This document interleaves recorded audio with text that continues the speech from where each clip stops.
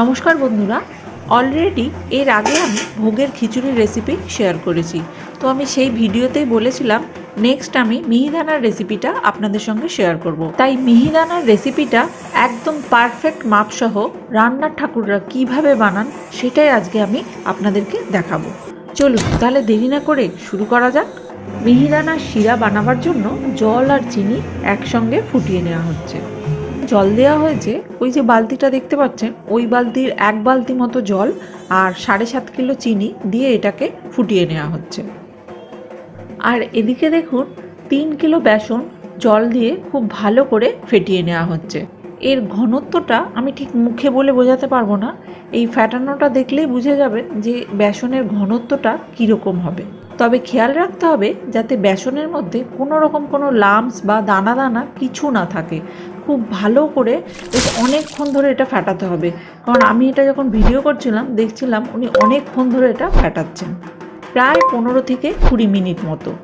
ঘনত্বটা দেখেই বুঝতে পারছেন যে এটা খুব মোটাও নয় আবার একদম খুব পাতলাও নয়। আর ওনাকে জিজ্ঞাসা করাতে উনি বলেছিলেন এটা ততক্ষণ অবধি ফ্যাটাতে হবে যতক্ষণ না বেসনটা জলের মধ্যে দিলে ভেসে ওঠে।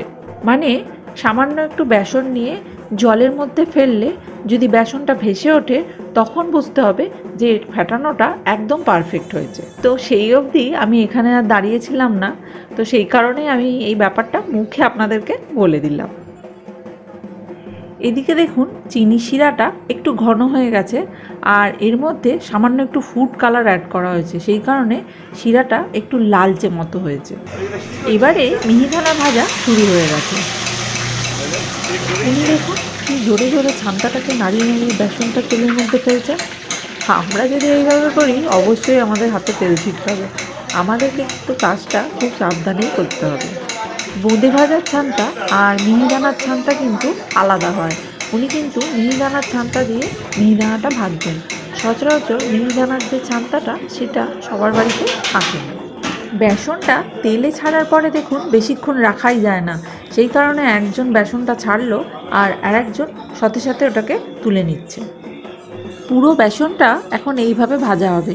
ততক্ষণ এখানে না দাঁড়িয়ে থেকে একটু ঘরের ভিতরে যাই, দেখি কে কি করছে।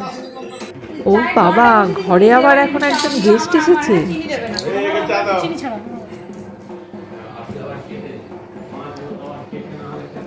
আরে ও আপেল খায় না, ও আগের বারে দিয়েছিলাম খায়নি। ওই পেঁয়াজের জন্য এসছে বৌদি। ও বাবা, ও মেজে ঠ্যাং ছড়িয়ে বসেছে।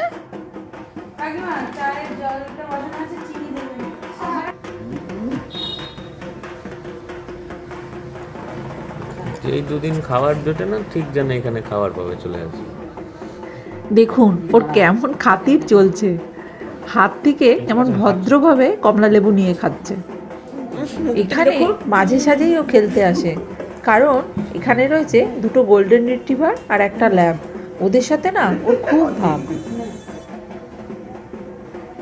না এবার যাই, অনেকক্ষণ হয়ে গেল, দেখি ওদিকের কাজ কত দূর এগোলো। এখানে সমস্ত মিহিদানা ভেজে রেডি করে নেওয়া হয়েছে, এবার এগুলোকে শিরায় দেওয়ার পালা। তার আগে দেখুন শিরার মধ্যে কয়েকটা তেজপাতা দিয়ে একটু ফুটিয়ে নেওয়া হবে। মিহিদানার ক্ষেত্রে শিরাটা কিন্তু খুব চিটচিটে হবে না, আর উনি এটা বোঝার জন্য শিরাটাকে খুন্তি দিয়ে উপর থেকে ফেলছে। দেখুন ওটা নর্মালি পড়ে যাচ্ছে, তো তাতেই উনি বুঝে গেলেন যে শিরাটা মিহিদানার জন্য একদম পারফেক্ট আছে। এবারে মিহিদানাটা শিরার মধ্যে দিয়ে দিলেন। এখন মিহিদানাটাকে রসের সঙ্গে খুব ভালো করে মিক্স করে নিতে হবে। মিহিদানাটা এইভাবেই শিরার মধ্যে 10 থেকে 15 মিনিট থাকবে, তারপর এটা নিজে নিজেই অলরেডি অ্যাবজর্ব হয়ে যাবে। এখানে কিন্তু শিরাটা ছাঁকার কোনো ব্যাপার নেই।